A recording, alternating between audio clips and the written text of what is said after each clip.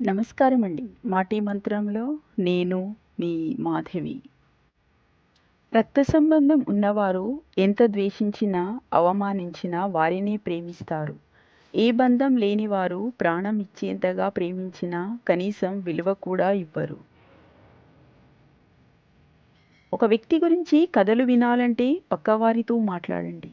నిజాలు వినాలంటే అతనితో మాట్లాడండి. నిన్నటి బాధలను తలచుకొని కృంగిపోకుండా నేడు కనిపిస్తున్న వాస్తవాలను గమనిస్తూ రేపటి సంతోషం కోసం దారులు వెతకడమే నిజమైన జీవితం. కష్టంలో బంధం తోడుగా లేనప్పుడు మనసు విరిగిన తర్వాత క్షమించమని వేడుకోవడం అవివేకమే అవుతుంది. మనిషి విలువ తెలిసినప్పుడే మనసు లోతు తెలుస్తుంది. మాటకు విలువ లేనప్పుడు మౌనం మంచిది. మనిషికి విలువ లేనప్పుడు దూరం మంచిది.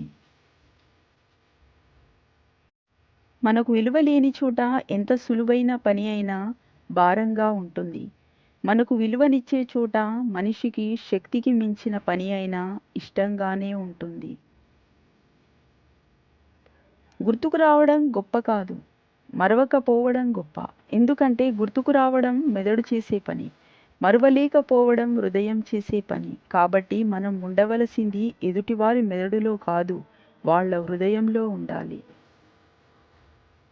ఎప్పుడైతే మీరు ఎమోషనల్గా ఫీల్ అవుతారో అప్పుడు మిమ్మల్ని ఎదుటివారు వాడుకోవడం, ఆడుకోవడం, శాసించడం అనేవి జరుగుతాయి.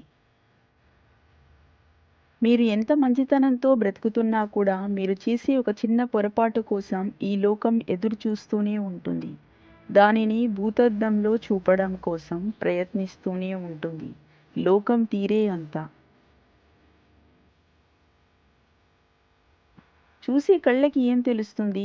మోసే గుండెకి మాత్రమే తెలుస్తుంది ఆ బాధంటే ఏంటో.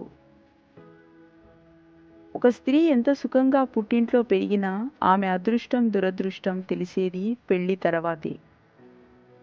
బాధ బయటకు చెప్పుకుంటే భారం తగ్గుతుంది అనుకోవడం అబద్ధం.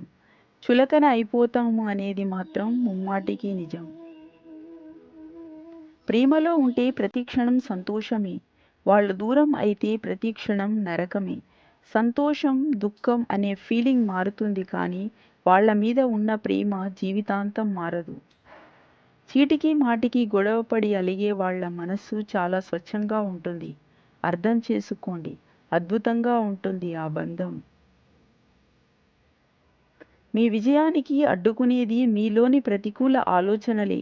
క్రింద పడ్డామని ప్రయత్నం ఆపితే చేసే పనిలో ఎప్పటికీ విజయం సాధించలేము. చేతిలో డబ్బు ఉంటే మిమ్మల్ని మీరు మర్చిపోతారు. చేతిలో డబ్బు లేకపోతే మిమ్మల్ని ఈ ప్రపంచం మర్చిపోతుంది. కాలం తిరిగి రాని నది లాంటిది. ప్రతి క్షణాన్ని ఆక్రమించుకోండి మరియు దానిని అందంగా తీర్చిదిద్దుకోండి. ఆత్మవిశ్వాసం ఒక్కటే మనిషి ప్రతిభ దినదిన ప్రవర్ధమానం కావడానికి, సులభంగా గమ్యం చేరడానికి దోహదకారిగా మారుతుంది.